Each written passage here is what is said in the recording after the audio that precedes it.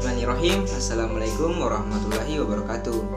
Perkenalkan, nama saya Lodi Amiruddin dengan NIM D1A1210043. Di pertemuan kali ini saya akan membahas tentang materi membangun argumen tentang dinamika dan tantangan Pancasila sebagai sistem filsafat. Dinamika Pancasila sebagai sistem filsafat. Pancasila sebagai sistem filsafat mengalami dinamika sebagai berikut. Pada era pemerintahan Soekarno, Pancasila sebagai sistem filsafat dikenal dengan istilah filosofis Grundslag. Gagasan tersebut merupakan perenungan filosofis Soekarno atas rencananya berdiri negara Indonesia merdeka. Ide tersebut dimaksudkan sebagai dasar kerohanian bagi penyelenggaraan kehidupan bernegara. Ide tersebut ternyata mendapat sambutan yang positif dari berbagai kalangan, terutama dalam sidang BPUPKI pertama, persisnya pada 1 Juni 1945. Namun, ide tentang filosofis Grundslag belum diuraikan secara rinci, lebih merupakan ada gium politik untuk menarik perhatian anggota sidang dan bersifat teoritis. Pada masa itu, Soekarno lebih 169 menekankan bahwa Pancasila merupakan filsafat asli Indonesia yang diangkat dari akulturasi budaya bangsa Indonesia. Pada era Soeharto, kedudukan Pancasila sebagai sistem filsafat berkembang ke arah yang lebih praktis. Dalam hal ini, istilah yang lebih tepat adalah Weltanschauung.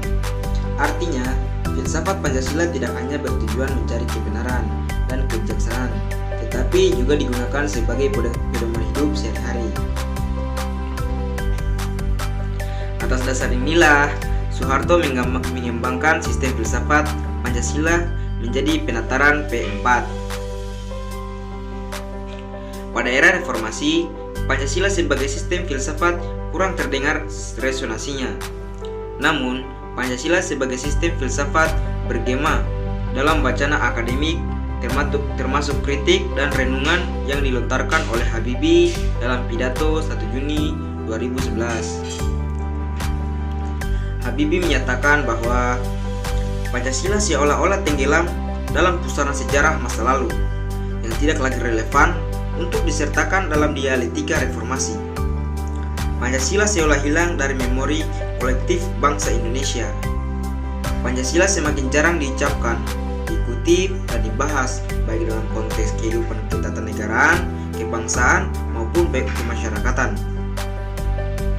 Pancasila seperti tersandar simbol lorong sunyi justru di tengah denyut kehidupan bangsa Indonesia yang semakin hiruk pikuk dengan demokrasi dan kebebasan berpolitik. Pancasila sebagai sistem filsafat. Beberapa bentuk tanggapan terhadap Pancasila sebagai sistem filsafat muncul dalam bentuk-bentuk sebagai berikut. Pertama, kapitalisme, yaitu aliran yang meyakini bahwa kebebasan individual pemilik modal untuk mengembangkan usahanya dalam rangka meraih keuntungan sebesar-besarnya merupakan upaya untuk menyejahterakan masyarakat. Salah satu bentuk tantangan kapitalisme terhadap Pancasila sebagai sistem filsafat ialah meletakkan kebebasan individual secara berlebihan sehingga dapat menimbulkan berbagai dampak negatif seperti monopoli, gaya hidup komunisme, dan lain-lain. Kedua, komunisme adalah sebuah paham yang muncul sebagai reaksi atas perkembangan kapitalisme sebagai produk masyarakat liberal.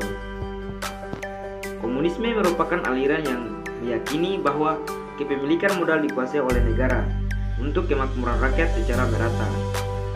Salah satu bentuk tantangan komunisme terhadap Pancasila sebagai sistem filsafat ialah 170 dominasi negara yang berlebihan sehingga dapat menghilangkan peran rakyat dalam kehidupan bernegara. Sekian dari materi saya ucapkan terima kasih. Wabillahi taufiq wal hidayah. Wassalamualaikum warahmatullahi wabarakatuh.